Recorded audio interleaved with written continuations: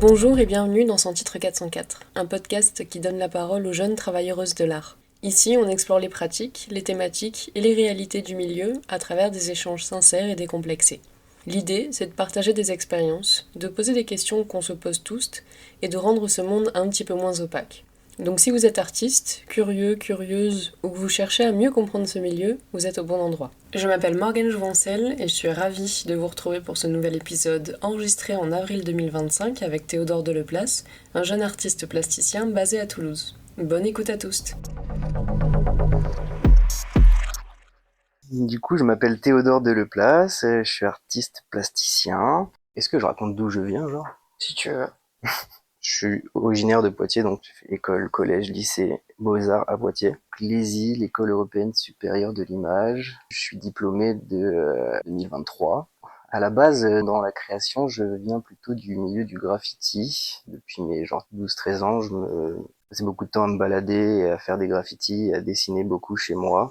Ensuite, j'ai fait un bac ES, rien à voir. À la suite de ça, je voulais faire des études en art appliqué. Je me suis fait recal de partout. J'ai fait un brevet des métiers d'art en peinture à l'huile, où j'ai appris à faire de l'imitation de marbre, ce qui est quand même assez important pour la suite, je pense. Ce truc-là, je l'ai abandonné parce que c'était juste après mon bac et j'en pouvais plus. Après ça, j'ai fait 1 an et demi de pause jusqu'à ce que je passe le concours des Beaux-Arts de Poitiers. Pendant cette année et demie de pause, du coup, j'ai fait en fait pas mal de BTP, à droite à gauche avec mon père qui est ouvrier couvreur initialement, mais qui est un ouvrier polyvalent qui sait à peu près tout faire. Donc pendant cette période-là, j'ai fait du carrelage, de la maçonnerie, de la charpente, et c'est des trucs qui vont être plutôt importants pour la suite aussi. Après, je rentre aux Beaux-Arts de Poitiers, donc je suis complètement du père et je sais pas du tout ce que j'ai envie de faire de ma vie, comme beaucoup de gens qui rentrent aux Beaux-Arts. Pendant ma première année, je tâtonne, je fais pas mal de graffiti encore, et puis j'essaye de trouver une manière de transformer un peu ce rapport au graffiti et au street art en un truc plus contemporain et qui colle plus à ce qu'on demande de nous aux Beaux-Arts. Et en fait, au fur et à mesure, je fous un peu les pieds à l'atelier volume, et puis je me rends compte que ça fait une dizaine d'années que je dessine des volumes, en fait, dans mes carnets. Et que ce qui m'intéresse dans le graffiti, c'était pas tant d'aller faire du vandal et taguer dans la rue et de faire des trucs rapides et efficaces, mais plutôt de me prendre la tête sur une feuille chez moi pendant des heures pour avoir des formes et des perspectives qui sont intéressantes et des dynamiques comme ça de dessin. Et du coup, en fait, quand j'ai foutu les pieds aux Beaux-Arts en volume, je me suis rendu compte que ce que je kiffais faire, c'était construire des trucs avec mes mains. Et si je pouvais construire des formes que je dessinais qui étaient super complexes, et bah c'était grave cool. Donc j'ai transformé le truc comme ça. Là intervient du coup mes expériences de BTP, parce qu'en fait j'ai coulé des dalles en béton et, et ça m'a marqué. Donc une fois que j'étais à l'atelier, j'ai vite eu l'envie de travailler autour du ciment, enfin de plein de manières différentes. Ça a pris plein de formes différentes, tout en ayant comme thématique, je pense, le regard que je posais sur les environnements que je traversais. Donc en fait, en parallèle de ma pratique de volume, j'ai développé une pratique de photo et d'exploration, de par ma passion de l'urbex, mais aussi juste le fait de balader et de saisir les formes que les gens n'ont pas l'habitude de regarder. J'ai une pratique de photo qui est très frontale en fait. Elle nourrit totalement mon travail et elle est assez conséquente. J'ai des dossiers remplis de photos qui ont toutes le même cadrage mais avec des tonnes de trucs différents. Donc ça peut être des morceaux de carrosserie perdus dans un terrain vague, comme des énormes moteurs de centrales thermiques. Plastiquement, je pense qu'un de mes intérêts, ça a vite été de me questionner autour du processus créatif et de comment le hasard peut créer des choses et comment en partant de l'atelier, de ce qu'on trouve dans l'atelier, on peut créer des formes qui vont être parlantes. Par exemple, les blocs que j'ai exposés avec toi à Mémac, c'est un truc où je récupère des chutes dans l'atelier. Donc des chutes, des formes, des petites formes en bois, des angles, des petits biseautages, des trucs. Et puis je fais un coffrage et puis je compose un peu à l'aveugle dans ce coffrage avec ces petites formes que j'ai récupérées. Et puis je coule du béton dedans et en fait il se trouve que le jour où je les moule, je me rends compte que de un, la forme coulée, elle est hyper intéressante. Et elle vient pas de mon cerveau, elle vient par un autre biais, donc je trouve ça hyper cool. Et en plus de ça, je découvre en démoulant les coffrages que les coffrages ont pris la trace du béton et du coup créé encore d'autres formes. Et ça a mis en place comme ça dans mon travail tout un truc de une forme, en créer une, et puis en créer une aussi, et puis je peux toujours extraire comme ça des formes et les réutiliser dans d'autres matériaux, ou enfin voilà, il y a un déplacement comme ça sur un même projet qui va se déployer sur plusieurs matériaux différents, et voilà.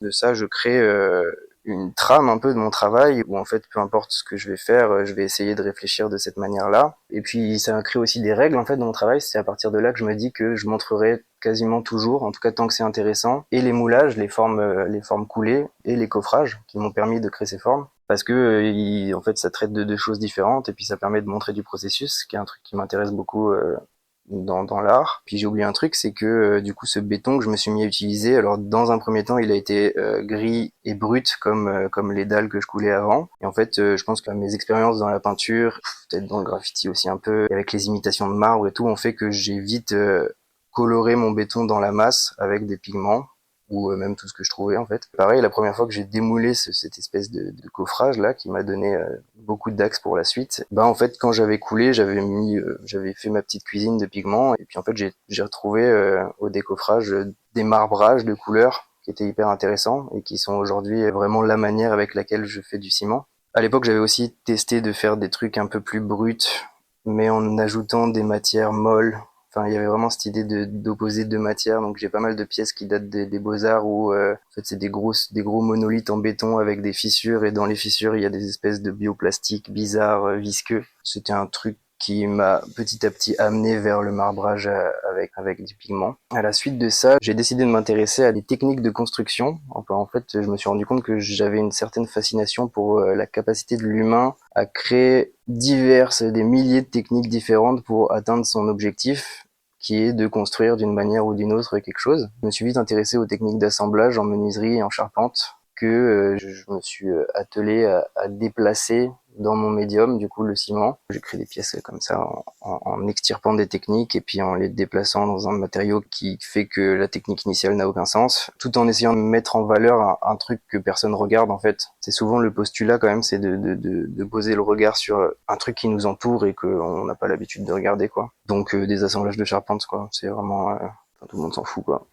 À peu près au même moment, je me suis aussi intéressé par exemple à des pièces de moteur parce qu'il y a un peu cette même logique de personne s'intéresse forcément à voir si tu fais de la mécanique et à ce qui se passe et qu'est-ce qu'il y a comme pièce spécifique dans un moteur. Bon, il y en a des milliers, hein, il y a de quoi faire. Sur ma 5e année, j'ai aussi fait des moulages d'arbres à cames ou ce genre de choses qui sont des pièces usinées qui sont magnifiques avec des formes trop bizarres. Et en fait, il y a très peu de gens qui savent à quoi ressemble un arbre à cames. Du coup, j'ai aussi quand même un intérêt pour les process industriels et pour les formes qui en sortent en fait aussi. C'est toujours cette idée de forme. Voilà, tout ça, il y a toujours une interaction entre du coup mon travail de photo et mon travail de sculpture parce que en fait, je dirais que j'explore, je prends des photos et puis en fait ça me crée de la ressource de plein de choses comme ça, de plein de formes bizarres, de trucs, et puis ensuite je décide d'en utiliser certaines, soit pour dessiner, soit pour faire de la sculpture, soit pour faire de la photo pure et dure. Aujourd'hui je suis artiste plasticien, j'ai mon petit atelier et tout, modeste, mais pour mon diplôme j'ai fait un truc qui était assez intéressant à l'époque. J'ai créé une scénographie totale où j'avais pour objectif que je me serve pas du tout des murs. Donc en fait, pour le coup, ça inspire beaucoup de mes photos et de tout ce travail d'exploration et de regarder des formes. En fait, j'ai essayé de créer une installation avec un espèce de cœur et que ça parte dans tous les sens. Et c'est une installation qui est un peu pluridisciplinaire parce qu'il y a du son, il y a de l'image et il y a de la sculpture. Il y a vraiment cette idée de socle sculpture. Le propos de cette installation, c'était de mettre toutes mes expérimentations des beaux-arts et aussi mes pièces finies et de mettre un peu tout ça au même niveau. J'avais un peu en tête d'expliquer à mon jury que j'avais tout un tas d'expérimentations pour la suite. Au final, j'en ai beaucoup trop mis, mais ça aurait été bien que je réduise un peu le nombre de petites expérimentations à la con qui traînaient à droite à gauche, parce que ça faisait un truc très chargé. Cependant, le format installation où on trouve des sculptures, du son et de l'image, c'est un format qui m'intéresse beaucoup et que j'ai hâte de pouvoir refaire en fait. Mais il va me falloir des occasions. Parce que Et de la place. Et de la place. Mais à terme, le jour où j'aurai un solo show, ce sera forcément une installation comme ça, quoi. Ok, donc dans le même esprit de truc complet qui... Truc complet, socle sculpture, et ouais, je crée entièrement la scénographie, et puis il y a du son. Le son, c'est un truc que je pratique pas dans mon atelier, mais qui me paraît indispensable à ce genre d'installation. Pour l'anecdote, à l'époque, le son, je l'avais fait en fait, j'enregistrais tous les bruits de tout le process de fabrication de cette installation. Et après, j'ai fait tout un truc... Enfin, j'ai créé une pièce sonore en partant de ça, ce qui faisait une espèce d'ambiance un peu industrielle, bizarre, bricolage, bien bresson quand même. Un truc du hangar, quoi. Un peu bizarre du lieu abandonné où tu sens qu'il y a il y a toute une histoire d'industrialisation. Et c'était très intéressant parce que j'utilisais des transducteurs, le son transféré dans la forme centrale de la structure. Et du coup, en fait, le tout tremblait un peu. Et c'était un transducteur basse, donc on avait un peu boosté les trucs pour que quand il y a un gros bruit industriel bizarre, en fait, il y a tout qui tremble un peu, tu vois. Donc, et c'était visible ou ça se sentait quand tu touchais le truc? Ça se sent si tu t'approches de la structure. J'avais fait en sorte aussi que toutes mes pistes puissent se lancer en aléatoire. Du coup, j'avais pas vraiment de contrôle sur qu'est-ce qu'était la pièce sonore. Enfin, la pièce sonore est un truc aléatoire où il y a genre 200 pistes qui se lancent de manière aléatoire. Donc en fait, on sait pas trop ce qui va se passer, mais voilà, je trouve que ça donnait grave de l'âme à l'installation globale et du sens. Et c'est un truc qui me paraît indispensable. Tant que je fais des petites expos à droite à gauche où j'ai 2-3 pièces, je fais pas de son, mais à terme, si j'ai l'occasion de faire un vrai travail de résidence où je bosse sur une install, il y aura forcément du son et ça prendra à peu près les mêmes formes, quoi. Le but, c'est vraiment d'atteindre un tout où on a de l'image, du son, de la sculpture, de la texture, des formes picturales, voilà. Pour les plus petites expos, ou même si t'as moins de place, tu te sentirais pas de produire quelque chose de la même envergure? Enfin, peut-être pas aussi gros, tu vois, mais sur le même principe. Ben si, je pense qu'il y a un moment, il va falloir que je revoie aussi les possibilités. Enfin, si j'ai vraiment envie de faire une install comme ça, il faut que je puisse l'adapter à ce qu'on me propose, quoi. Après là, ma priorité, c'est surtout de reprendre juste la prod tout court. Et puis là, c'était pour vous donner un peu un rêve que j'ai, quoi, de pouvoir refaire des installations pareilles. Mais par exemple, j'ai acheté un zoom il y a un an et puis du coup, je m'en suis toujours pas servi. Typiquement, à la résidence avec 2 angles, là, dans l'usine, je pense que je vais enregistrer un paquet de trucs parce qu'il n'y a pas plus industriel et brutal comme bruit que ce qui se passe dans ce truc-là. Ça va être cool. Enfin, je vais me faire une petite base de données de son. Voilà. Ok. Toi et moi, aujourd'hui, on va parler un peu ruine, entropie, architecture, matière. À voir si on a le temps de tout faire, mais c'est les grosses lignes directrices. Pour commencer, je voulais que tu nous expliques ce que c'est pour toi l'entropie. Ah, c'est marrant parce que moi, c'est un terme que j'ai jamais trop exploré, ce qui paraît quand même... je me sens con un peu. Ouais. Mais en fait, ça traite vraiment de ce qui se transforme et ce qui change de statut. Donc en fait, l'entropie, on la colle un peu à tout ce qu'on peut. C'est un terme qui vient de la thermodynamique à la base et qui parle juste de changement d'état. Je pense que la philosophie de la ruine et l'anthropologie qui a étudié la ruine, et en fait Robert Smithson a mis le mot entropie sur l'idée de ruine, parce que la ruine est en fait un endroit où on assiste à un changement d'état. Et l'entropie dit vraiment un truc de on change d'état, mais c'est impossible de revenir à l'état précédent. Ok. Donc il y a vraiment un changement Définitif. qui est définitif, ouais, et qu'on peut essayer de simuler un retour en arrière, mais ça sera forcément différent. C'est hyper intéressant en vrai comme concept. Ouais, donc. Du coup, la ruine est vraiment un truc où nous, en tant qu'humains qui se baladons aux abords d'une ruine, on assiste comme ça au temps qui passe, à l'abandon d'un endroit, aussi à la trace du passage des humains d'avant, quoi. Il y a tout un truc comme ça, et du coup, bah, il y a vraiment cette idée d'entropie qui est ultra présente. Je sais pas si ça répond trop à la question. Bah si, c'est l'entropie selon tes mots, quoi. Ouais. Donc il y a une question un peu de... Enfin, il y a une notion de perte alliée Ouais. à la notion d'entropie, du coup. Ouais, totalement.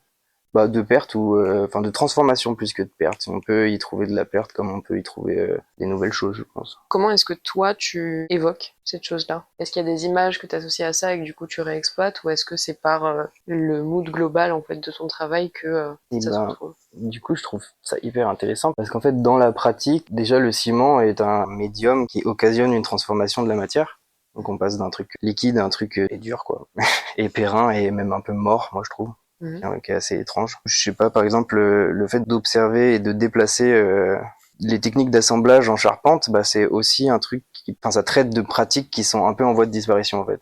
Je pense que à part si t'es toi fasciné par l'artisanat et que t'as envie de construire ta maison avec une charpente en bois de ouf et tout, peut-être que tu vas te faire le kiff de faire un trait de Jupiter. Mais grosso modo, dans l'architecture et dans tous les gros travaux publics, et enfin, c'est des choses qu'on n'utilise plus. Les procédés se sont transformés. Je vais aussi saisir des techniques qu'on n'a plus la nécessité d'utiliser parce qu'on a d'autres systèmes et d'autres possibilités. Je trouve aussi que le béton, c'est hyper intéressant. Enfin, moi, j'aime beaucoup ce matériau parce qu'il raconte beaucoup de choses. En fait, on vient quand même de passer 60 ans à tout construire en béton de manière complètement dérisoire, sans même savoir si le matériau a vraiment une durabilité intéressante. Mais en fait, on s'est pas tellement posé ces questions. On a surtout trouvé un matériau qui était ultra facile à mettre en œuvre et qui permettait de faire pousser des barres d'immeubles très rapidement. Mais aujourd'hui, on se rend compte que les bétons qu'on a utilisés à cette époque-là, ils fatiguent vite en fait et qu'ils n'ont pas une vraie dimension pérenne. et qui s'usent. Enfin, combien de fois on se balade près de bâtiments en béton et puis en fait il y a des morceaux qui sont complètement éclatés et puis il y a les fers à béton qui ressortent, tu vois, c'est de la ruine permanente en fait. Par rapport à l'idée d'entropie, c'est trop intéressant. On parlait de quoi déjà? Je te demandais, ouais, comment est-ce que tu Ah oui, renvoyais à ça dans ton travail? plastiquement, ouais. Ouais. Du coup, bah, je trouve que le béton, c'est un truc, c'est dur, mais en même temps, c'est friable et en même temps, il a cette esthétique de la ruine et de l'entropie en lui. Ils sont intrinsèques ensemble, quoi. Mon travail du béton parle beaucoup de ça, en fait. En plus, c'est une question que j'allais te poser un petit peu plus tard, mais c'était bah, effectivement comment est-ce que tu viens à choisir des matériaux comme le béton? Est-ce que c'était par bah, sa plasticité, par l'histoire que ça accompagne, ou par le fait qu'elle renvoie justement à des domaines comme bah, la construction, l'architecture et tout? Et donc c'est un peu un mélange de tout ça en fait. C'est vraiment le C'est matériau clairement un parfait. mélange de tout ça. Bah alors, il y a un peu de mes expériences parce que voilà, j'ai coulé des dalles de béton et que j'ai brassé du sable et que bah il y a un endroit où c'est chiant et c'est nul comme taf, mais moi j'aimais bien parce que c'est facile d'esprit quoi. Genre, je suis aussi quelqu'un de fasciné par l'architecture et bah, nous étant nés dans les années 90, en fait le monde entier est béton quoi autour de nous et les architectures les plus folles qui ont été faites, enfin le brutalisme et tout, c'est béton, c'est béton, c'est béton. Et du coup voilà, ça explique un peu toutes mes fascinations. Je sais pas, en fait, en matériaux de coulée, bah, le plâtre, ça me vend beaucoup moins du rêve que le ciment, quoi. Je sais pas pourquoi. Ok. J'aimerais bien faire de la céramique et de la terre, un de ces quatre. Mais en fait, ouais, c'est le béton qui m'est tombé dessus et j'aime bien ça, en fait. Il y a un truc de la lourdeur avec le béton qui est assez intéressant. C'est des formes qui pèsent, puis en fait, ça se ressent. Et voilà, ça crée un truc un peu intéressant, je trouve. Sur ces questions de ruines, de vestiges, d'entropie et tout ça. Ouais. Donc tu l'évoques, comme tu viens de le dire, au travers du béton par exemple. Enfin c'est un exemple parmi d'autres. Quelle idée tu veux en faire émerger? Est-ce que tu veux renvoyer à une question de fin? Est-ce que tu veux renvoyer à une question de réinvention justement? Comme tu disais, tu vois, il y a une perte mais il y a aussi un gain. Ou est-ce que c'est aussi pour renvoyer à une forme d'héritage? Enfin tu vois, toutes les ruines, même ce qu'on peut voir en archéologie, c'est un héritage du passé. Ouais. Bah, je pense qu'il y a... Répète vite fait. Donc il y a l'image d'une fin, ou la notion de réinvention, ou encore une question d'héritage. Bah, je pense que l'image d'une fin, c'est quand même un truc assez important. Et je pense qu'il nous anime beaucoup, nous, artistes de cette génération, enfin de cette et des autres, hein, mais en tout cas à notre période de l'humanité, là, Mm. on est quand même sur un peu un monde en déclin, quoi. Je trouve que travailler le béton, c'est aussi un moyen pour moi de mettre en exergue ben, les 60 dernières années d'utilisation du béton, tout en le déformant, en l'utilisant pas de manière brute comme il a toujours été, et en lui donnant un nouveau statut. Donc il y a un peu de renouveau aussi, mais je me méfie de ça parce que à la fois je fais des sculptures en béton et il y a plein de gens qui font des sculptures en béton depuis longtemps, tu vois. Enfin, je sais pas si vraiment je crée quelque chose qui permettrait un autre regard sur ça. En tout cas, le tien a changé parce que t'es parti quand même de faire littéralement du BTP. Ouais, Et là, ton rapport au béton, justement, a complètement changé. Et ouais. c'est plus des dalles, c'est des sculptures dans leur Totalement. Et contemporain, quoi. puis il y a vraiment cet intérêt de lui offrir une, j'aime pas dire ça, mais un peu une note de noblesse, tu vois. Mm. Il part de ce truc brutaliste et pour arriver à un endroit où il est plus poétique, il parle de plein d'autres choses. Et après l'héritage, on est né dans une période. C'est marrant parce que ça va tourner bientôt. Je pense que architecturalement parlant, dans 20 ans, peut-être que le béton sera plus tant que ça un impératif ou une nécessité. C'est une supposition, mais nous, en tout cas, on est encore dedans parce que ça construit encore en béton de fou. Et en même temps, tous nos urbex sont du béton. Et enfin, je sais pas, il est omniprésent, mais à la fois à l'état de ruine, à la fois à l'état de nouveaux bâtiments, à la fois en sculpture aussi. Je sais pas, et puis il est marqué par l'histoire de manière assez intense, quoi, le béton. C'est aussi la guerre, c'est aussi les débris. Il y a plein de choses, en fait. Il y a un gros héritage du béton quand même. Le béton, c'est fabuleux. Et c'est la pierre liquide, quoi. C'est classe aussi. À côté de ça, c'est aussi un gros scandale écologique. Enfin, c'est un matériau qui est tellement utilisé, qui est tellement fabriqué dans des conditions qui sont pas du tout viables en termes d'émissions de CO2, qu'en fait, les 60 dernières années, à en construire à gogo partout, ça a aussi participé au fait qu'aujourd'hui, on est vraiment dans la mouise, quoi. Donc, c'est aussi des questions qui m'intéressent. Et je me suis beaucoup posé la question de est-ce que je culpabilise ou pas d'utiliser ce matériau. Mais bon, Je fais des trucs tellement minimes et dérisoires que je pense pas que mon implication change grand chose. Et puis à côté de ça, si j'essaye d'utiliser des ciments qui s'émancipent de la cuisson du clinker pour les gens qui ont envie de savoir. Alors, je veux bien que tu nous expliques ce que c'est, parce que j'ai En aucune gros, idée. je vais dire des conneries, hein, c'est pas précis, mais c'est un mélange d'extrait de calcaire qui est cuit à genre des températures complètement ouf. Et c'est ça qui en fait génère le maximum d'émissions de CO2. Ok. Donc en gros, le ciment Portland, qui est le ciment basique qu'on utilise depuis genre 70 piges, ben c'est ça. C'est un truc qui nécessite une cuisson complètement folle et qui génère un maximum de gaz à effet de serre. Et donc moi là, j'ai trouvé un ciment, j'ai fait 2 heures de route l'autre fois là pour aller acheter 5 sacs, qui se base plutôt sur du recyclage quoi, et qui supprime totalement ce côté cuisson. Donc ça me fait plaisir d'utiliser un truc qui soit autre chose quand même, qui va au même résultat. Je savais même pas que ça existait, un béton plus Ouais, ils appellent ça éco-responsable. Bon, après, je pense qu'il y a aussi beaucoup de marketing, tu vois, comme c'est des problématiques qui deviennent publiques. Enfin, les constructeurs cherchent aussi Faut se faire bien voir. à se faire bien voir, quoi. Et puis, du coup, c'est des sacs avec marqué en gros béton clean, quoi. T'as évoqué ça très rapidement, parler des bâtiments qu'on peut voir où t'as des morceaux qui tombent, ces principes de dégradation ou d'accident. Concrètement, toi, comment tu fais pour les intégrer dans ton travail? Donc, tu parlais justement tout à l'heure De de prendre hasard, des ouais. débris et de... Dans mon attrait pour l'esthétique béton, un des premiers trucs qui m'a marqué, je pense, c'est justement de me balader dans la rue et de voir des bouts de béton éclater en fait, et des murs d'un bâtiment qui paraît en bon état et qui est viable et tout. Enfin, tu sens que ça tombe en ruine. Et c'est des esthétiques que, à l'époque où je faisais des monolithes de béton et que je recréais des fissures moi-même, c'était vraiment ça que j'essayais de chercher, quoi. Donc de reproduire la dégénérescence programmée du béton qu'on croise partout en se baladant en ville ou même à la campagne. Donc ça c'est peut-être le premier hasard qui m'est tombé dessus. Et après vraiment dans le processus créatif, de comme quand j'ai fait les blocs, je sais pas s'il y en a eu beaucoup d'autres en fait, des trucs comme ça. Je crois pas. Hein. Enfin, Ok. je les ai pas en tête là comme ça. Mais je me demandais, tu vois, si, hormis l'événement d'assembler des débris de bois et d'en avoir une forme complète après, Ouais. est-ce que par exemple ça t'arrive de pousser la matière, genre dans ces derniers retranchements, pour éventuellement provoquer, je sais pas, la matière qui craque, tu vois, ou qui même ne sèche jamais, ou des trucs comme ça? Ou est-ce que c'est plus dans l'accident des choses qui sont déjà présentes? Je dirais que c'est plus l'accident des choses déjà présentes. Mm. À l'époque, j'avais vraiment un regard sur tout ce qui se faisait dans l'atelier, et puis je suis aussi un récolteur de bidules en tout genre. Il y a une époque où je récoltais un peu tous les trucs pétés, tous les petits débris de matière un peu calcaire et de roches, quoi. Donc des bouts de béton, des bouts de plâtre, des bouts de trucs comme ça. Et puis je les réassemblais dans des blocs.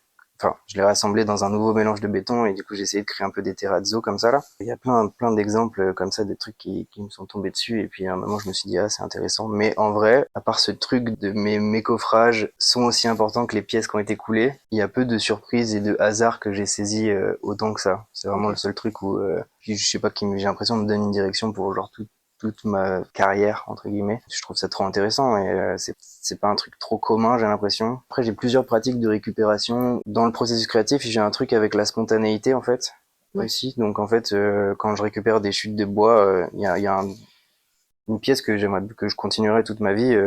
Je dis une pièce, mais en fait c'est un assemblage de plein de petites pièces. À l'époque je faisais ça quand je m'ennuyais. Je chopais des bouts de bois, plusieurs essences, plusieurs contreplaqués, des petites chutes, tu vois, des trucs de 5 par 5 quoi. Et puis en fait je les assemblais, puis je les redécoupais, puis je les recollais, et ensuite je taillais des espèces de facettes pour faire des diamants ou des formes un peu bizarres, Ok. mais avec plein d'essences de bois différentes. C'est vraiment des trucs qui sont venus d'avoir des trucs dans la main et puis de dire j'ai pas trop d'idées de forme, mais on y va, et à la fin ça crée quelque chose qui est assez intéressant, parce que c'est un truc que je ferai toute ma vie, donc un jour j'espère il y aura une centaine de petites pièces comme ça où il y a vraiment cette idée de récupérer, choisir des chutes, des morceaux un peu bizarres, de les assembler ensemble et puis de voir ce que ça donne. La réalité c'est qu'au fur et à mesure de saisir des erreurs et en fait quand tu saisis un hasard parce qu'il t'intéresse, plus tu le développes et t'expérimentes autour, plus le hasard disparaît, tu vois. Les choses deviennent assez claires dans la tête et dans le protocole, quoi. En fait j'ai hâte aussi de redécouvrir des trucs comme ça, des erreurs qui déclenchent un truc, un intérêt, quoi. Mais il faut avoir une pratique d'atelier assidue. Avec des machines. Et collective aussi, c'est assez important. Enfin, je sais que les Beaux-Arts, ça a été un endroit super riche sur ce truc de trucs qui me tombent dessus, parce qu'en fait c'était des ateliers où il y avait 25 personnes qui circulaient et tout le long de l'année des personnes différentes, et puis en fait c'est des workshops, donc ça crée de la matière, et puis moi j'étais là, oh c'est intéressant. Tout seul dans mon atelier j'ai un peu moins ça, quoi. C'est aussi une réalité. D'où mon intérêt pour les ateliers collectifs et le fait d'être avec des gens aussi. Je trouve que ça renvoie à une sorte de perte de contrôle volontaire. Tu vois, le fait Ouais, de totalement. faire avec ce que tu as sous la main, justement. Mais est-ce qu'il y a aussi des questions d'économie de moyens, d'écologie et tout, ou c'est Et un ben, ensemble de choses? Et puis c'est là, quoi. bah, à ce moment-là, il y avait clairement une idée d'économie de moyens. Mm. Écologie un peu, mais pas tant que ça. L'idée qui me faisait vraiment kiffer à l'époque, c'était de pouvoir me saisir de chutes, de trucs qui ont permis de créer des pièces, tu vois. Moi, je trouvais ça trop intéressant, en fait, de pouvoir les utiliser et puis leur donner la même valeur que l'objet qui a occasionné ces chutes, quoi. Mm. Mais après, il y a vraiment eu un truc d'économie de moyens parce qu'on était étudiants et qu'on n'avait pas de thunes et qu'on n'avait pas envie de dépenser de la thune, donc on fallait trouver des solutions. Aujourd'hui, je suis un peu moins là-dedans, ouais. Parce que j'ai pas aussi les moyens de cet atelier dans lequel j'étais où bah, en fait si j'avais besoin de contreplaquer, il y avait des cimaises à démonter et on avait du contreplaqué quoi. Mm. Là j'ai besoin de contreplaquer en ce moment, ben j'achète ma plaque 70 balles et, et voilà quoi. Oui, bah c'est sûr que vu que ta pratique, elle est très liée à l'espace de l'atelier, Mm. si toutes les conditions d'atelier changent, bah forcément ta pratique, elle va être C'est impactée. ça, ouais. Mais Mm. d'ailleurs, je suis en plein là-dedans en ce moment, en fait. Hein. Mais c'est pour ça que, notamment, le format résidence, expérimentation, avec un atelier et tout, il me parle bien parce que le côté où je me retrouve 3 mois à un endroit avec tout un tas de nouveaux, enfin, un nouveau contexte entier, fait que du coup mon regard est à nouveau curieux sur des petits trucs qui traînent ou petites erreurs ou des petites chutes ou parce que en fait cet atelier occasionne des nouvelles chutes, des nouveaux fonctionnements et ça m'intéresse trop. Donc j'ai aussi hâte de pouvoir me délocaliser l'espace de quelques mois pour juste sortir de moi mon atelier à moi et voir des nouveaux trucs quoi. Typiquement le travail avec la résidence en Normandie, bah c'est ça aussi qui est intéressant avec cette entreprise, tu vois, c'est que en soi ils me donnent accès à leur rebut. Alors bon, c'est mon goal depuis toujours et au final là je me retrouve face à tellement de trucs que ça je sais même plus par quoi commencer quoi. C'est Ouais. tellement c'est riche de formes bizarres et des trucs qui sont juste voués à aller chez le faire ailleurs quoi. Juste pour dire en gros une résidence avec une association qui s'appelle Deux Angles en Normandie à Flers. C'est un peu une sorte de résidence en entreprise en partenariat avec une entreprise américaine et qui s'appelle Baker Hughes, qui fait des vannes de régulation pour n'importe quel domaine industriel. Ça va de la pétrochimie au nucléaire jusqu'à l'agroalimentaire. Donc c'est un délire industriel terrifiant. Et j'ai accès dans l'idée à beaucoup de leurs rebuts et il y en a beaucoup. Ouais, pas grand chose d'autre à dire de ça puisque c'est pas fait encore. Véridique. Quand on évoquait tout à l'heure la question de dégradation ou d'accident, par rapport à la ruine, par rapport à l'entropie et tout ça, euh, dans ton travail, la notion de temps, pardon, est assez importante, mais tu joues dessus à plusieurs échelles de temporalité différentes. Et je voulais te demander, est-ce que tu pars du principe qu'une œuvre, une série ou même une pratique peut réellement être finie ou achevée, ou qu'elle évolue avec le temps, qu'on le veuille ou non? Wow, vaste question. Moi j'aime bien le ciment parce qu'il a ce truc un peu évolutif où la patine bouge au fur et à mesure du temps et des années. Et je serais même presque prêt à foutre mes pièces dehors juste qu'elles aient un petit bonus de la nature, tu vois. La patine, c'est quoi? C'est la couche extérieure? Ouais, c'est la surface quoi. Ok. Par exemple, le gros bloc de mon diplôme, en fait, l'atelier a pris l'eau 5 jours avant. Il y a vraiment genre d'un coup une gouttière qui a lâché juste au-dessus de cette grosse structure. Ça a fait que pour mon diplôme, il y avait vraiment des espèces de traces de l'eau qui est passée sur le ciment, tu vois, Mhm. et qui a fait des choses comme ça. Sinon, en général, quand j'ai fini une pièce, je considère qu'elle est finie et qu'elle bougera plus trop. Le béton permet ça aussi, à tel point que moi je trouve que c'est presque un peu trop mort, quoi. C'est un truc qui me fait flipper dans mon taf, c'est que je sais pas, c'est statique, ça bouge pas, c'est genre, c'est du caillou inerte, quoi. Ça me perturbe un peu. Et c'est quelque chose que t'aimes bien justement ou c'est en train Ce de... truc-là de l'inerte, il m'a toujours fait bizarre parce que aussi on est entouré de gens qui ont des pratiques plus ou moins vivantes, quoi. Tu vois, il y a un truc qui bouge, quoi. Et moi, je me sens à un endroit où je fais des blocs de béton, quoi. Et je pourrais Mm. les poser n'importe où. De toute manière, ils resteraient tels quels pendant des millénaires s'il faut, tu vois. Tout en évoluant petit à petit. J'aime vraiment cette idée. D'ailleurs, c'est pour ça que j'ai envie d'orienter un peu mon travail vers des 1% et ce genre de trucs et vraiment sur de la sculpture publique qui va être dehors parce que je pense qu'il y a vraiment un truc à jouer sur le fait qu'une sculpture puisse être posée au même endroit pendant 40 ans. À mon avis, au bout de 40 ans, elle a plus du tout la même tronche qu'au début et je trouve ça trop intéressant. C'est la vie des sculptures, quoi. T'as déjà essayé de les exposer volontairement à des intempéries pour qu'elles évoluent plus vite? Genre les Hum, plonger dans l'eau ou... ouais, j'ai fait pas mal de trucs comme ça. À une époque, j'avais foutu de la limaille de fer dans un moulage et c'est un truc que j'ai foutu dehors plein de fois parce que je voulais qu'il rouille plus vite. Ok. Du coup, c'est du béton un peu éclaté, mais rouillé en même temps. Et puis, en fait, je me dis régulièrement que... Il se trouve que moi, j'ai plein d'idées de pièces, mais que en ce moment, j'ai trop d'idées et je suis bloqué, tu vois, je fais rien du coup. Ouais, je vois, Mais tout à fait. il y a pas mal d'idées que j'ai en stock où je me dis, bah franchement, ça, si je pouvais le laisser genre un mois dehors, ça serait nickel, quoi. Pour aussi aller chercher cette texture que je trouve en urbex et dans mes photos, quoi. Mes photos, elles prennent des formes, mais elles prennent aussi des textures et des oxydations qui se font sur des années et des années. Il y a vraiment un truc ouais, du temps qui passe, quoi. Et si je peux réussir à retranscrire ça dans des pièces que j'ai fait en 4 mois, c'est trop intéressant, quoi.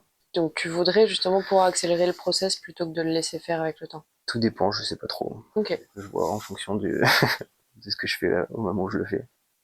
Mais ça peut être des choses qui m'intéressent, ouais. Un de mes matériaux de prédilection là en ce moment c'est le ciment et puis j'ai envie d'en faire pendant encore longtemps parce que je sens que j'ai plein de choses à faire avec. Je me suis aussi intéressé à d'autres trucs qui ont toujours cette idée de transformation. L'année de mon diplôme, j'ai fait pas mal d'expérimentations avec le plâtre quand même. Alors Ouais. j'aime pas beaucoup le plâtre, mais en fait je faisais des trucs en plâtre et bicarbonate de soude, ça crée une émulsion et comme le plâtre en prend vite, il saisit cette émulsion et du coup il y a un truc complètement fou où la matière commence à buller et puis en même temps ça saisit les bulles et puis du coup ça fait un truc alvéolé bizarre, un peu chaotique. Mais ça c'est par exemple un matériau que j'arrive pas du tout à créer de manière solide et qui pourrait avoir une durabilité dans le temps. Donc en fait dans mon atelier pareil j'ai plein d'extraits comme ça de trucs mousseux bizarres avec de la couleur aussi donc qui sont complètement starbés. Il y a un truc chimique quoi bizarre qui me plaît beaucoup aussi, mais qui va aussi avec les oppositions béton et bioplastique que je faisais à une époque. J'ai aussi ces intérêts-là dans d'autres matières, genre, et qui pour moi parlent aussi d'entropie et de transformation ouais, d'une matière. Mais pour l'instant, c'est des choses où j'y retournerai un jour, je sais, mais pour l'instant, c'est compliqué dans ma tête de Ok. me redire que je vais me relancer là-dedans. Et aussi, je me suis retrouvé fasciné pendant ma 5e année, alors ça m'a servi à rien pour mon diplôme, mais par des processus chimiques comme l'électroplaquage. Ah oui, si, en électrolyse là. Ouais, Quand tu mets dans un bain et que ça vient se... ouais, ça c'est un truc qui m'a C'est complètement ouf. ravagé le faussaire. Et en fait, j'ai juste plaqué un bracelet en argent, tu vois. Mais j'ai passé que 3 mois à faire ça et trouvé plein de solutions pour le faire. Et bah, voilà, c'est des trucs qui sont en tête. Et, je sais pas si on peut parler d'entropie, mais bah, enfin, si, il y a vraiment une transformation qui passe par des biais qui nous dépassent totalement, quoi. C'est vraiment les ions qui se baladent dans la solution et qui vont se déposer. Enfin, voilà, ça m'en fout. Tout ça pour dire que je peux aller vers plein de techniques différentes aussi et que je suis pas bloqué sur le ciment. Le champ des possibles est énorme et Ouais, de toute façon, t'as le temps d'expérimenter tout ça, quoi. ouais, T'as touché une carrière pour le faire, donc... ouais, c'est ça. Et ça, en plus, justement, toutes ces réactions chimiques, tous ces matériaux qui, quand même, bah, sont différents du béton, je trouve que ça vient contrecarrer cette notion d'inerte, tu vois, genre le Ouais, totalement. bioplastique ou la réaction chimique qui se fait ensuite figer. Hmm. Genre, ça insuffle une forme de vie parce qu'il y a eu une modification de la matière aussi, quoi. Ouais, mais comme je dis, je sais pas trop comment le traiter aujourd'hui parce que plastiquement, j'ai pas vraiment trouvé des formes qui me conviennent. Puis il faut que j'explore quoi. Et ben justement, j'allais te demander, est-ce qu'il y a une technique que tu as développée, toi, en détournant l'usage conventionnel? Genre là, tu viens de le dire, tu vois le bicart et le plâtre. Hmm. Il y a eu d'autres trucs comme ça, des petits tips que tu pourrais... Bah alors moi je fais du transfert aussi, donc la manière que j'ai de présenter mes photos, j'ai toujours eu ce gros bagage de photos et ce travail photographique, mais j'ai jamais voulu le montrer en faisant des impressions et en les mettant au mur. J'avais peur qu'on me casse les dents aux Beaux-Arts en fait en faisant ça, pour être tout à fait honnête. Du coup j'ai toujours trouvé des biais différents pour présenter ces photos. Donc ça a été le diaporama, qui était bien pour montrer la pluralité de photos différentes. Mais Genre, t'avais projeté un diaporama quelque part? sur ma structure de diplôme, en fait, il y a un diapo qui envoie genre 150 photos qui tournent Ah, ok. en boucle comme ça. Comme j'en avais vraiment à gogo, c'était très bien le diapo. Après, du coup, je me suis quand même mis à faire des sélections et notamment, en fait, un des moyens que j'ai trouvé pour montrer ma photo, c'est de faire des transferts sur plein de matières différentes. Bon, alors, c'est un truc qu'on retrouve partout sur Insta, en fait. Enfin, c'est un truc qui est assez connu, mais je fais des transferts au liant acrylique avec des impressions laser totalement random, quoi. Dans quel sens random? L'imprimante la plus pourrie que tu trouves, elle me suffit pour faire ça en fait. J'ai vraiment pas besoin de grand chose de plus. Il me faut juste une colle. D'ailleurs, ça peut être n'importe quelle colle. Bon, j'utilise le lieu acrylique parce que c'est pratique et que ça résiste à l'eau surtout. Et du coup, cette technique m'a permis de transférer mes images sur mes sculptures. Enfin, il y a un truc comme ça. Bon, c'est vraiment en exploration encore, hein. J'ai plein de directions dans lesquelles aller avec ça, mais pareil, il y avait des transferts sur ma grosse structure de diplôme, tu vois, qui était foirée parce que c'était du one shot et que bah voilà c'était pas ouf mais j'ai quand même cette possibilité de d'intégrer un peu mes photos à mon travail de sculpture par le biais du transfert quoi donc c'est Mais t'as pas mal développé cette hybridation des médiums, en fait. T'en parles en plus dans ton texte de portfolio, ouais où la peinture devient volume et le volume et devient bah ouais dessin. Et là, pareil, la photo prend des dimensions 3D, quoi. Comme je dis, la photo, c'est un truc où je me pose un tas de questions, même encore, enfin maintenant tout de suite là. Je trouve que les transferts marchent très bien, et puis le transfert, ce qui est avantageux, c'est que ça crée une espèce d'atmosphère fantomatique. Tu vois, les transferts noir et blanc, ils sont un peu, il y a de la perte, il y a des traces de pinceau, de la colle, enfin il y a du process qui rentre dans l'esthétique, quoi. Ça m'intéresse grave, tout en créant des images qui sont, voilà, c'est pas mes photos couleurs où t'es dans l'urbex avec moi, quoi. Ça devient autre chose, et puis en plus c'est sur du mortier, donc en fait il y a un glissement, je pense, qui va s'opérer à un moment entre la photographie et la sculpture, et j'aimerais bien que ça puisse vraiment cohabiter bien ensemble. J'ai 2-3 expérimentations qui sont des bonnes avancées vers ça, mais il faut encore faire plein de trucs. Et après, comme tu disais, ouais, le côté pictural, sculpture, en fait j'aime bien l'idée que mes coffrages qui ont la trace du ciment et qui sont issus d'un processus de sculpture, eux puisse être vu comme de la peinture, quoi. Je trouve ça assez intéressant. Je sais pas si je me sens vraiment légitime à l'exprimer comme ça publiquement. Enfin, si j'en ai envie un peu. Mais ouais, j'aime bien. C'est ce qui est intéressant, c'est qu'il y a des glissements qui s'opèrent entre les pratiques comme ça, et puis ça fait émerger de nouveaux trucs, quoi.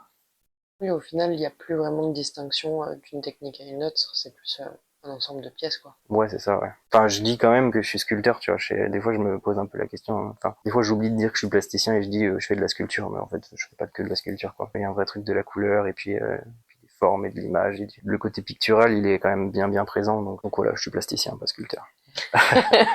Ce sera ça Ouais. l'extrait utilisé en teasing sur Instagram. Alors, on va un petit peu changer de registre, mais pas entièrement. Je voulais qu'on parle des notions d'espace, Ouais. et en particulier du non-lieu. Ouais. Parce que c'est quelque chose que tu évoques dans un texte de ton portfolio, les non-lieux de Marc Auger. Ouais. Et je voulais que rapidement tu nous expliques un petit peu ce que c'est selon toi un non-lieu. D'ailleurs, il y a un problème vis-à-vis de ça, mais en ce moment, je suis en train de lire Non-lieu de Marc Auger. Le texte dont tu parles, c'est pas moi qui l'ai écrit. Hein. Ouais. Mais moi, un livre qui a été fondateur dans ma période de Beaux-Arts, c'était de Marc Auger aussi, ça s'appelle Le temps en ruine. Okay. C'est un livre qui est introuvable d'ailleurs, ça me rend très triste. En fait, dans Le temps en ruine, il parle du coup vraiment de ce truc d'entropie et de ruine. Il aborde la notion de non-lieu en parlant de la ruine, parce que c'est le titre du bouquin. En fait, là, en ce moment, je suis en train de lire Non-lieu, et c'est pas la même approche. Ce qui va décrire comme des non-lieux, c'est autant les aéroports que, je sais pas, l'autoroute, en fait, est un non-lieu, une gare. Marc Auger est un anthropologue, hein. Okay. Donc son taf, c'est l'humain, genre. En fait, c'est des endroits un peu vides de sens, tu vois. Il n'y a pas d'identité. C'est des endroits de passage où les gens se parlent pas, se regardent pas, et c'est vraiment ça qu'il appelle non-lieu. En tout cas, dans le bouquin non-lieu, c'est de ça qu'il parle, quoi. Et il y a peu cette notion de moi, ce que j'aimerais appeler les non-lieux, c'est aussi les chantiers, les frontières, les zones abandonnées, les endroits où il y a des traces d'un passage, mais où il y a plus rien. C'est comme ça que c'est traité dans le texte. Justement, on parle plutôt de ces fascinations que j'ai pour les endroits en état transitoire. Je crois que dans un autre texte, c'est dit comme ça. Et je trouve ça mieux que de dire non-lieu, du coup. État transitoire dans le sens où y a un truc de l'entropie, justement, où il y a un changement. Et en fait, le temps de ce changement, c'est un non-lieu, quoi. Il se passe pas grand-chose et personne le regarde et personne le traverse. Ou alors on le sait pas. Des lieux vides mais en même temps remplis, quoi. C'est un peu bizarre, genre.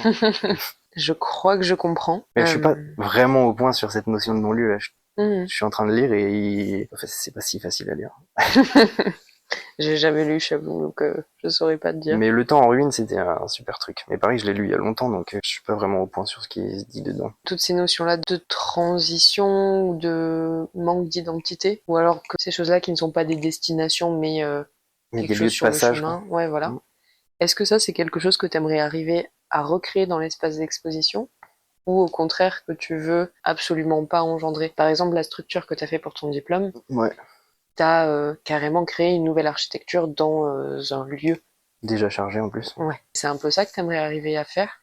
Je sais pas si j'ai envie d'atteindre ce truc de non-lieu. Je pense pas que ce soit mon propos. Par contre, d'aller à un endroit un peu étrange, ouais, où en fait le regard du spectateur il tombe sur des trucs qui sont peut-être même, je sais pas, super utiles en fait dans la vie de tous les jours, mais qu'il a jamais regardé. Ou que le temps d'un instant dans une expo tu puisses être ailleurs. En fait, c'est un peu ça, plus simplement l'objectif de ce qu'on fait tous, je pense un peu.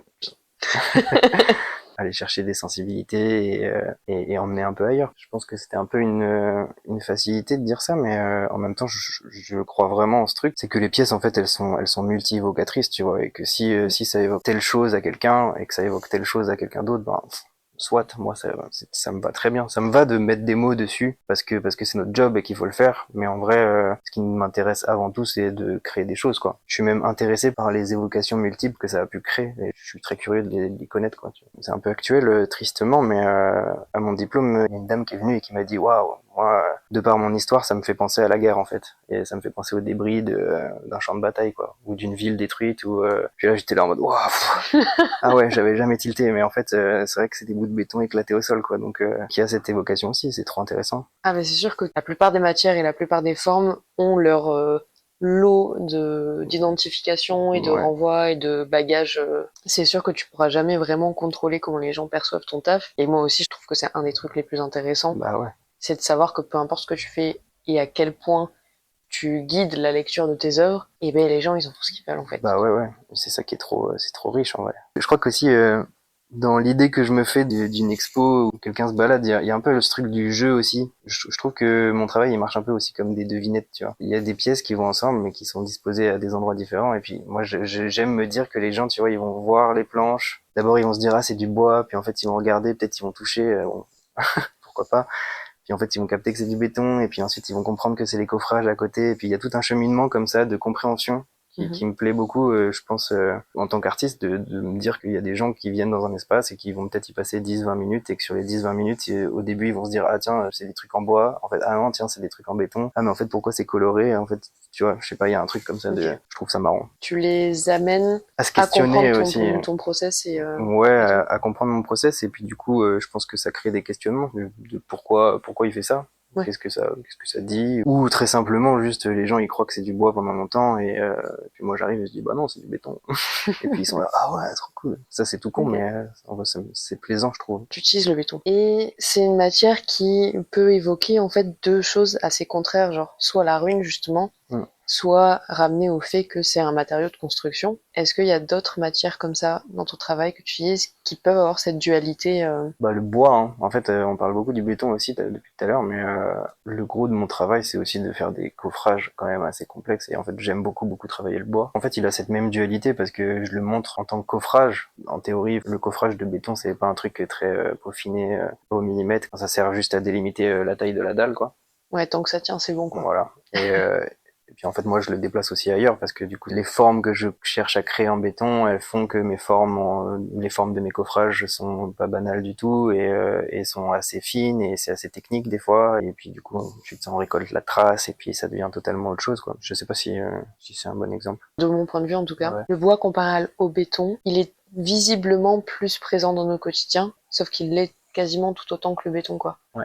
Et le béton, bah, il se confond derrière des couches de peinture, derrière des décorations, des rideaux et tout, alors que le bois, bah, on a des meubles, des objets Mm.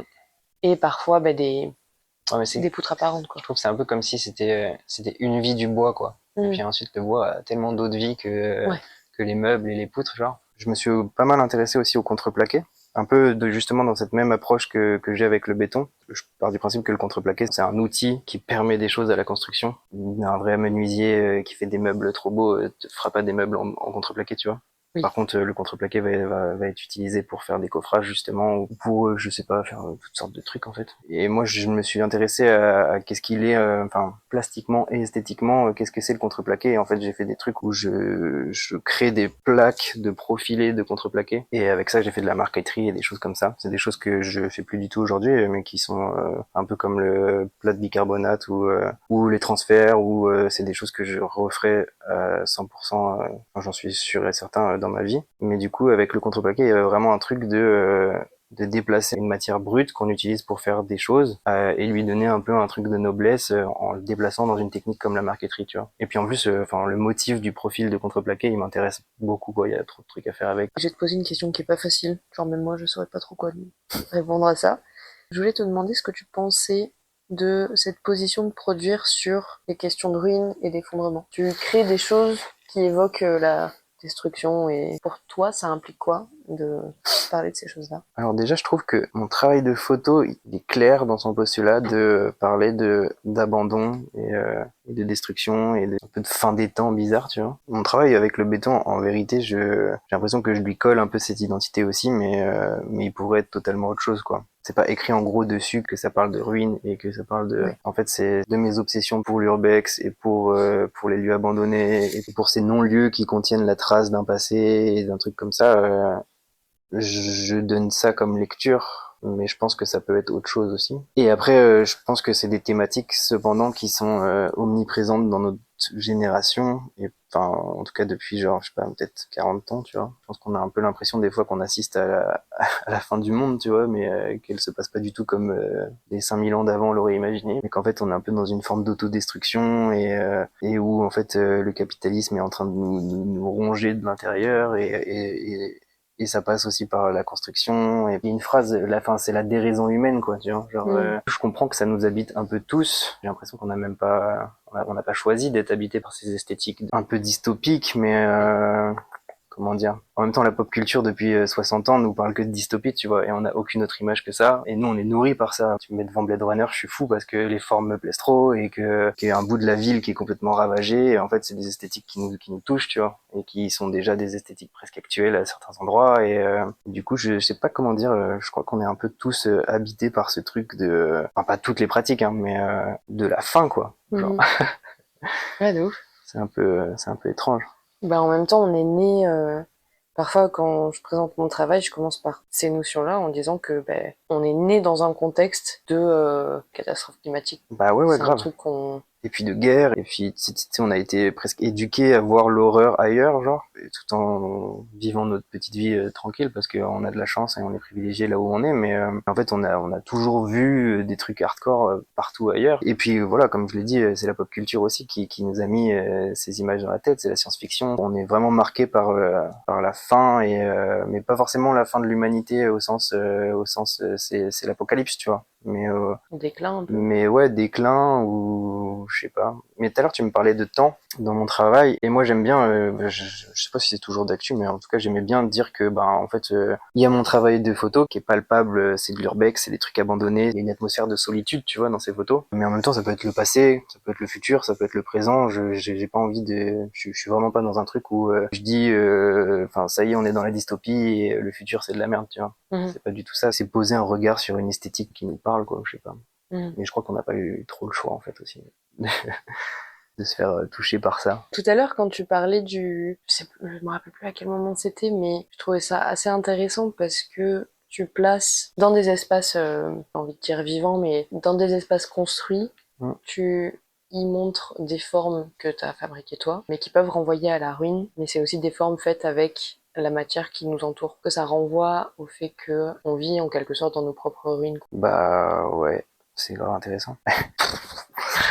Waouh, j'essayais de voir où est-ce que je voulais aller avec cette phrase, mais enfin, c'est comme si tu mettais une sorte de miroir, mais au lieu que ce soit une surface réfléchissante, c'est une forme en béton un petit peu bizarre, quoi. Je sais pas si ça va répondre, mais enfin, je trouve qu'il y a un truc très intéressant dans la notion d'entropie aussi, c'est quand on se retrouve face à une ruine, nous en tant qu'humains, on se retrouve face au passé, à une histoire de ce lieu, mais on se retrouve aussi face à un miroir de nous-mêmes, genre, et qui nous rappelle aussi notre propre fin à nous en tant que personne, tu vois. Ouais. Parce que la ruine et les lieux abandonnés comme ça, ça évoque justement ce truc d'entropie et de transformation par rapport à laquelle on peut pas revenir en arrière. Je pense que c'est même plus la ruine aujourd'hui qui nous évoque ça, quoi. C'est genre tout. Ouais.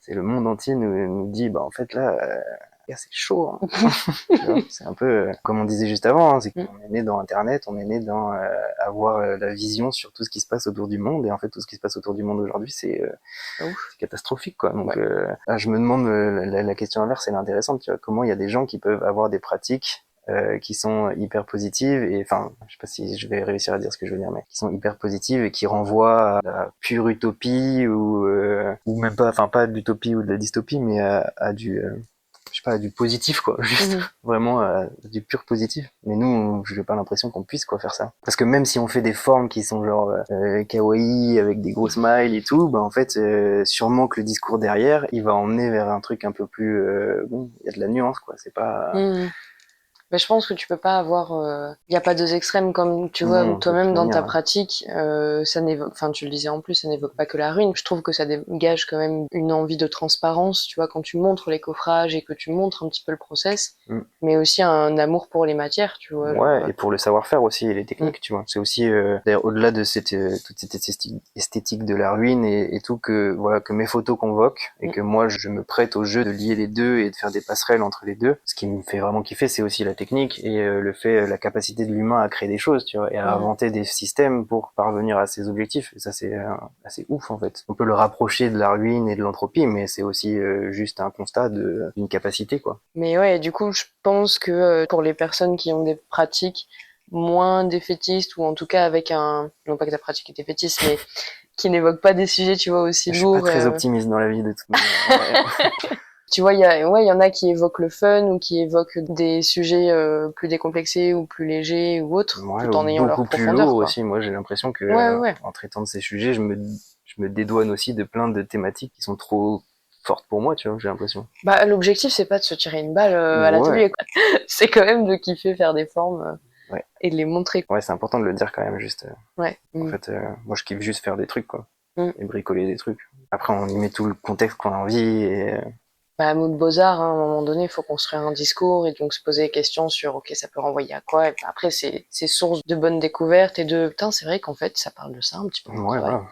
De mon point de vue, il n'y a pas qu'une seule thématique qu'on peut raffiler à quelqu'un, quoi. Ouais, non, non. Est-ce que le fait d'aborder parfois la question de l'effondrement et de la ruine, est-ce que c'est pour toi une certaine forme de résistance ou une prise de position, ou il s'avère juste que ça l'évoque, mais c'est pas non plus genre oulala, regardez, on court à notre perte. Franchement, je pourrais pas te dire que c'est une prise de position, parce que je dirais que vraiment le contexte actuel fait que si je me disais ouais c'est une prise de position de faire des trucs en béton qui parlent de la ruine, je serais un peu c'est chaud quoi. Je le fais avant tout pour me faire plaisir moi et parce que c'est des sujets qui m'intéressent. T'as dit prise de position, t'as dit quoi d'autre? Forme de résistance. Bah déjà, je pense que faire de l'art aujourd'hui c'est une forme de résistance tout court, tu vois. Mm. Se revendiquer créateur et vouloir en vivre, c'est un peu une forme de résistance. Je sais pas si je peux trop dire ça non plus.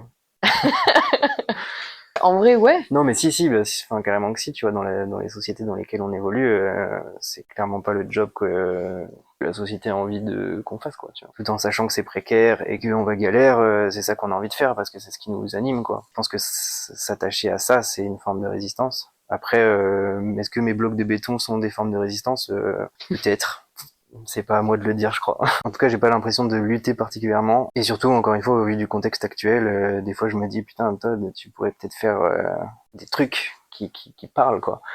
Mais en même temps, Comment ça? bah, je sais pas, c'est des vraies formes de lutte, quoi. Alors, enfin, j'en sais rien.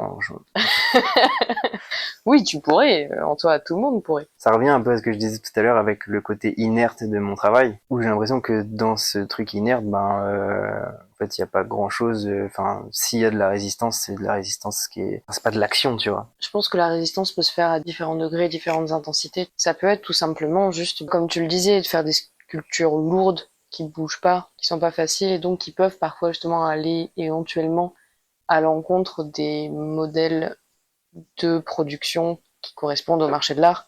Genre, tu vois, ta grosse structure de Densep, Ouais, bah ça, c'est difficile à vendre et tout. ouais, Après, est-ce ça que c'est sûr que, ouais, ok. Bah peut-être que oui. soit t'es résistant, en fait, tu le savais même pas. Bah non, mais probablement hein, de toute manière. Et puis je veux dire, moi j'ai pas tellement comme ambition de vendre mon travail, Mhm. donc c'est sûr que je vais pas faire des pièces qui sont faciles à acheter par des collectionneurs, tu vois. Enfin, je vais forcément le faire à un moment et je vais faire du multiple parce qu'il faut vivre et il faut avoir un peu d'argent. Mais c'est pas ça qui m'anime dans un premier temps. Donc, peut-être que ça c'est une forme de résistance, mais à notre marché et à notre milieu, quoi. Parce que vis-à-vis du monde, je suis dans une forme de résistance. Non, à l'échelle de l'art contemporain. Ouais, Mais après même, tu vois, ces questions de transparence et de montrer le ouais. process, Ça c'est vrai que c'est un truc. t'inclus vraiment les personnes dans la vie d'artiste, quoi. Dans le cheminement de ma pensée aussi, je trouve qu'il y a un truc. Enfin, ça m'intéresse d'expliquer comment j'en suis arrivé à faire ça, quoi. Ça soit pas juste Pièce finie, une donnée. image polie Ouais. autour d'une forme, quoi. Et c'est pour ça que, tu vois, là, au début, j'ai parlé de graffiti et de BTP parce que c'est un truc que je faisais pas avant et que je parlais que de ruines et de... Mais en fait, je pense que c'est important maintenant de dire, bah voilà, moi, je viens du graffiti, en fait, j'ai passé ma jeunesse à me balader dans des friches et des lieux bizarres, tu vois, et après, j'ai fait du BTP et voilà. Ça Et explique maintenant, t'es là. pourquoi je fais ces trucs-là, tu vois. Même moi, je savais pas Bah, que ton background, c'était ça, quoi. c'est un truc que je disais pas trop. Mm. Et puis le skate aussi, et puis en fait, ouais, j'ai aussi passé ma jeunesse dans des skateparks en béton, tu vois. Ouais, donc ça explique pas mal. Ouais, Et comment ça se fait que t'en parlais pas de ces trucs-là? C'était par tabou en mode milieu de l'art prout-prout. ouais, un peu. Je sais pas, le graffiti, c'était vraiment pour moi. Alors déjà, j'ai du mal à me légitimer en tant que personne qui fait partie de la culture graffiti, tu vois. Je suis jamais allé peindre des trains ou faire des trucs comme ça. Alors là, moi, c'était dans ma chambre et je dessinais, quoi. Mais bon, ça fait quand même partie de moi et c'est quand même des trucs qui ont forgé mon regard. Tout le job des beaux-arts qu'on m'a un peu imposé, c'était de me détacher de ça aussi, quoi. En fait, j'ai passé 5 ans à aller ailleurs, sans oublier ça, mais en arrêtant d'en parler pour emmener le travailler dans un autre endroit. Et puis, en fait, je trouve ça intéressant aujourd'hui de remettre un peu de contexte, quoi. Bah, ça a eu une incidence que t'aies voulu Ouais, t'en échapper ou pas, quoi. c'est Enfin, sûr, t'en éloigner plutôt. c'est sûr. Mais c'est parce que, voilà, en première année, je montrais des graffitis, et puis enfin, j'en parlais plutôt bien, hein. C'était de la recherche formelle, en prenant comme point de départ les lettres, tu vois. Et bah, les profs, ils étaient pas forcément... Ouais, ils étaient des profs, quoi. Ouais, Ils faisaient des leur... profs beaux-arts. Ouais, ils faisaient leur taf, hein. Est-ce que t'aurais des refs à donner, que ça soit pour le travail de la matière, pour les notions qu'on a abordées? Alors, je suis super nul en rêve, quoi. Nice. Je suis vraiment...